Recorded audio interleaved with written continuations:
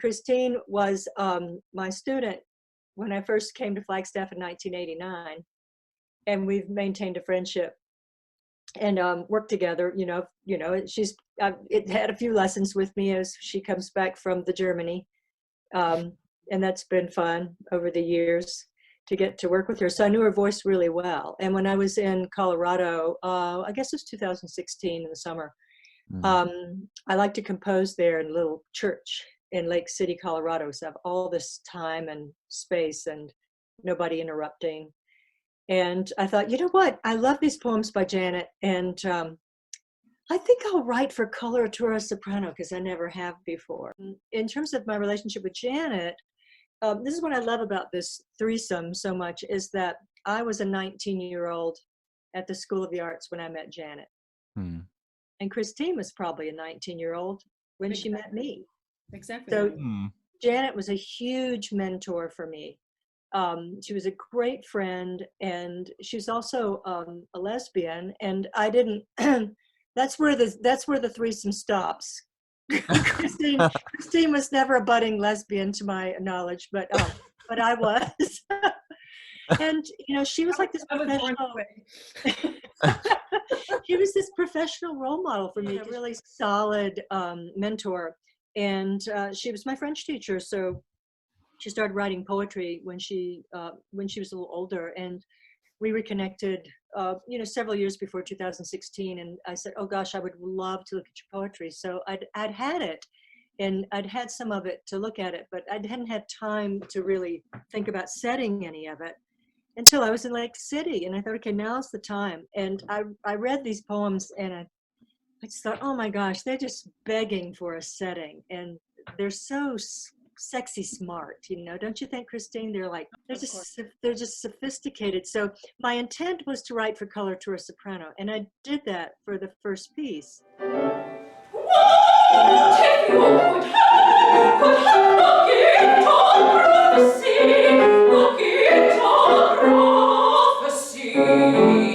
the kind of foresight that could save the world, the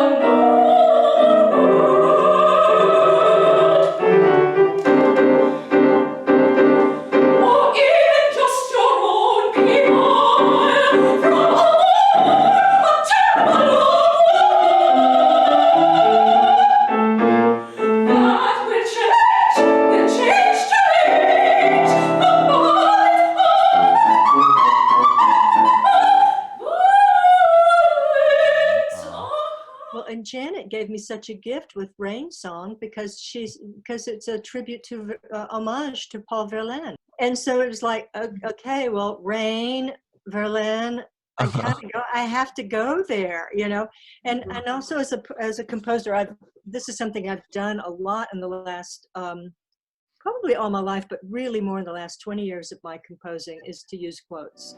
Putting out against the tide,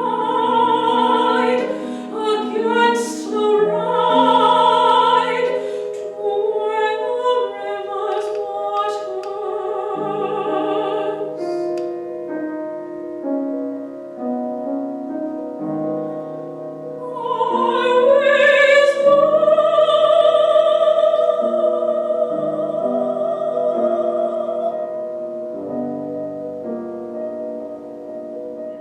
As you well know, when we listen to a new piece, sometimes we don't have anything to hold on to.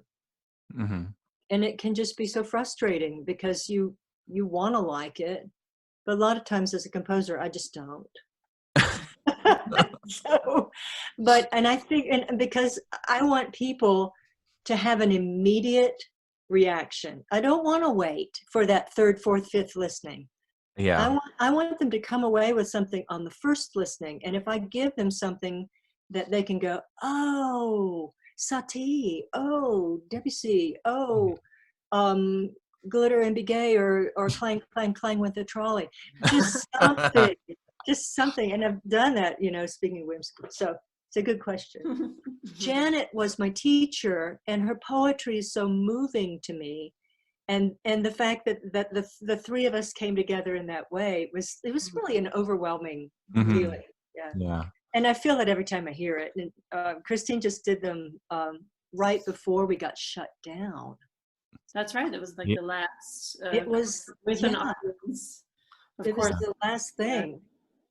Yeah. So I'm just like, what a great way to start the quarantine was to get to hear that. Yeah. What I want to say.